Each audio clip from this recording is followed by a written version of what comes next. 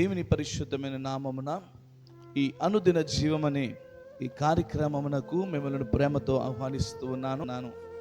దేవుని మహాకృపలో గత రాత్రంతా దేవుడు కాచి మరలి ఉదయ కాలము ప్రభుని స్తుతించుకునే భాగ్యము దేవుడిచ్చినందుకు ప్రభుని మహింపరుస్తున్నా. ఇది నాన్న లేఖనములను మనము చదువుకున్నట్లయితే లూకా సువార్త 7వ అధ్యాయము 50వ వచనము, అందుకైనా నీ విశ్వాసము నిన్ను రక్షించును. ఈ వచనము మనము జాగ్రత్తగా ఆలోచన చేసినట్లయితే విశ్వాసమును గురించి బహుతేటగా సెలవిస్తుంది. ఇది నా విశ్వాసము విశ్వాసము విశ్వాసము. ఒక క్రైస్తవుడిని అనేక మంది ఏమని పిలుస్తారనంటే విశ్వాసిరా అంటారు. ఎందుకు అంటే ఒక క్రైస్తవుడు దేవుని మీద ఎప్పుడైతే నమ్మకము కలిగి ఉంటాడో వారు దేవుని మీద సంపూర్ణముగా ఆధారపడిపోతారు. అందుకు వారిని వీరి విశ్వాసులు అంటారు. ఇది నాన్న విశ్వాసం ఏం కలగజేస్తుందని మనం ఆలోచన చేసుకున్నట్లయితే అనారోగ్యము నుండి రక్షణను కలగజేస్తుంది, బలహీనత నుండి బలమును కలగజేస్తుంది, అనాలోచన నుండి సరైన మార్గంలో నడిపిస్తుంది. ఇదేనన్నా విశ్వాసము నీకు ఉన్నట్లయితే విశ్వాసముతో నువ్వు దేనినైనా సాధించగలుగుతావు. విశ్వాసముతో దేనినైనా నువ్వు సాధించగలిగే శక్తి దేవుడు నీకు ఇస్తాడు. ఒక దైవజనుడు తను వేరే దేశమునకు వెళ్ళాలని ఎంతగానో ఆలోచన చేశాడు. ఆలోచన చేసినప్పుడు అతను వెళ్ళవలసిన ఆ ఫ్లైటు ఆ దైవజనుడు మిస్ అయిపోయిన తర్వాత ఆ ఎయిర్పోర్ట్లో విశ్వాసంతో ప్రార్థన చేస్తున్నాడు. అయ్యా, నువ్వు దేనినైనా చేయగలిగిన సమర్థుడువు అని ప్రార్థన చేసి ఊరికనే కూర్చున్నాడు. కానీ విశ్వాసంతో చేసిన ప్రార్థన వెళ్ళిపోయిన ఆ ఫ్లైట్ను మరలా ఆ ఎయిర్పోర్ట్కి తిరిగి తీసుకువచ్చింది. ఎలా తీసుకువచ్చిందనంటే ఆ ఒక ఫ్లైట్లో రాణిగారు ఒక ఆవిడ ప్రయాణం చేస్తుంది. ఆమె విలువ కలిగిన ఉంగరమును ఆ ఎయిర్పోర్ట్లో మర్చిపోయింది. ప్రియ సహోదరుడి సహోదర, నీ జీవితంలో విశ్వాసమును కలిగి జీవించినట్లయితే నీ కార్యము ఏ రూపంలోనైనా చేయగలిగిన దేవుడు.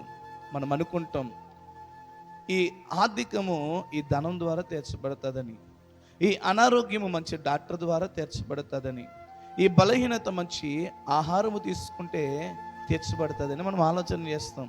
అది ఎంత మాత్రము కాదు. మన ఆలోచనలు వేరు, దేవుని ఆలోచనలు వేరు. నువ్వు దేవుని యందు విశ్వాసం ఉంచిన తర్వాత నీ జీవితంలో నీవు ఊహించలేని రీతిగా, నువ్వు తలంచలేని రీతిగా ఆయన కార్యాన్ని పంపిస్తాడు.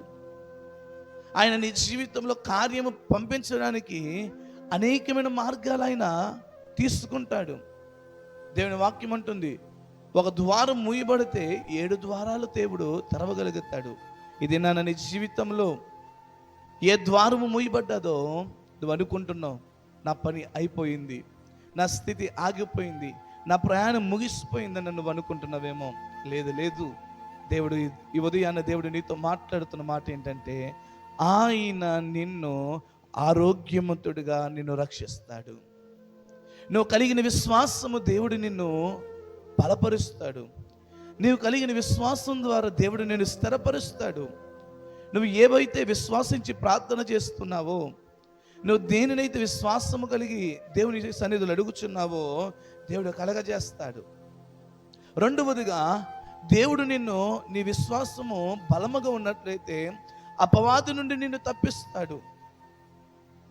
మనసుకు సమాధానము దేవుడు కలగజేస్తాడు.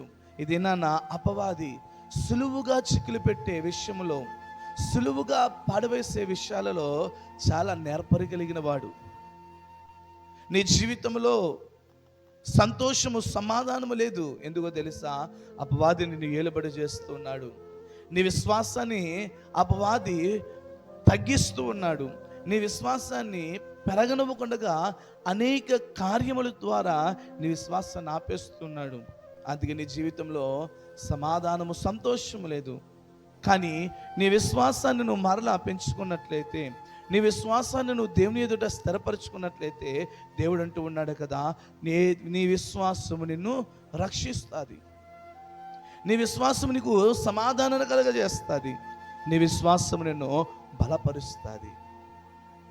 నీ విశ్వాసం ఏం కలగజేస్తుంది అని అంటే ఆపదల నుండి నిన్ను రక్షిస్తుంది. ఇదే నాన్న బయటికి వెళ్తే అనేక శ్రమలు, వెళ్ళిన వారు మరలా తిరిగి వస్తారన్న ఆలోచన లేకపోతూ ఉంది. కానీ నీ మార్గములో, నీ ప్రయాణములో నీకు సమాధానము సురక్షితం కావాలంటే నువ్వు దేవుని యందు విశ్వాసం ఉంచాలి. ఆయన అంటూ ఉన్నాడు, నీ రాకపోకలేందు దేవుడు నీకు తన దూతలను కావలిగా ఉంచుతానని దేవుని వాక్యం అంటుంది కదా.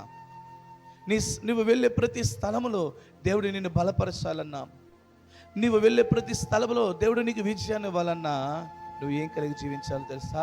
విశ్వాసం కలిగి జీవించాలి. విశ్వాసముతో అబ్రహాము తన రాజ్యాన్ని స్థిరపరుచుకున్నాడు. అబ్రహాము తన విశ్వాసం ద్వారా ఎన్నో ఘనమైన కార్యాలు చూశాడు. యోబు విశ్వాసం ద్వారా తన నీతిని స్థిరపరుచుకున్నాడు. పోగొట్టుకున్న దానికన్నా రెట్టింపును యోబు పొందుకున్నాడు. మరి ఈ దినాన నీ జీవితంలో దేనినైతే నువ్వు పోగొట్టుకున్నావో, వేటినైతే నువ్వు పోగొట్టుకుని బాధపడుతూ ఉన్నావో, చింతిస్తూ ఉన్నావో, నీ చింత యావత్తు ఆయన మీద వేసినట్లయితే ఆయన నీ జీవితాన్ని సమాధానంగా మారుస్తాడు. నీ జీవితానికి రక్షణగా ఆయన నిలబడతాడు. నీ జీవితానికి ఆయన ఆరోగ్యకరంగా నిలబడతాడు. నీ జీవితానికి ఆయన ఒక ఉన్నతమైన కృపను చూపించగలుగుతాడు. నువ్వు విశ్వసించి దేవుని సన్నిధిలో ప్రార్థన చేస్తున్నట్లయితే దేవుని దగ్గరకు రా, ఆయన నీ కార్యాలు స్థిరపరుస్తాడు. దేవునిని స్తుతించు, ఆయన నిన్ను బలపరుస్తాడు. దేవునిని మహిమపరచు, ఆయన నువ్వు వెళ్ళే ప్రతి స్థలంలో ఆయన నీకు తోడుగా ఉండి నేను నడిపిస్తాడు, తోడుగుండి నిన్ను నడిపిస్తాడు.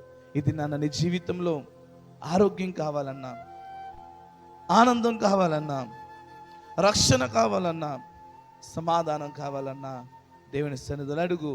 ప్రభువా, నా విశ్వాసం ద్వారా నేను అనేకమైన కార్యాలు పొందుకోవాలని దేవుని సన్నిధిని అడిగినట్లయితే దేవుడు నిన్ను బలపరచును గాక. ప్రార్థన చేసుకుందాం. మహాగణుడైన తండ్రి, విశ్వాసము మమ్మలను బలపరుస్తుందని, విశ్వాసము మమ్మల్ని స్థిరపరుస్తుందని ఈ ఉదయ కాలము మీరు మాతో మాట్లాడారు. అందుకే నీకు స్తోత్రాలు. నీ బిడ్డలను బలపరచండి. ఈ దినమంతా నీ బిడ్డలకు కృపాక్షేమమును దయచేసి సమాధానముతో నీ బిడ్డలను మీరు బలపరిచి కృపా దీవెనలు చేత నింపమని, నీ కార్యమును నీ బిడ్డల పైన కుమ్మరించమని యేసు నామములో అడుగుచున్నాము తండ్రి. ఆమేన్. Praise the lord. అందరికీ వందనాలు. దేవుని మహాకృపలో ఈ దినమంతా దేవుడు తన సన్నిధిని, సమాధానమును మనందరికీ అనుగ్రహించి నడిపించును గాక. ఈ అనుదిన జీవం అనే కార్యక్రమము మీకు ఆశీర్వాదకరంగా ఉన్నట్లయితే దీని అనేకులకు షేర్ చేసి ఈ వాక్యమును అనేకులకు తెలియపరచవలసిందిగా ప్రభు పేరట మనవి చేస్తున్నాను. దేవుడు మిమ్మల్ని దీవించును గాక. ఆమేన్.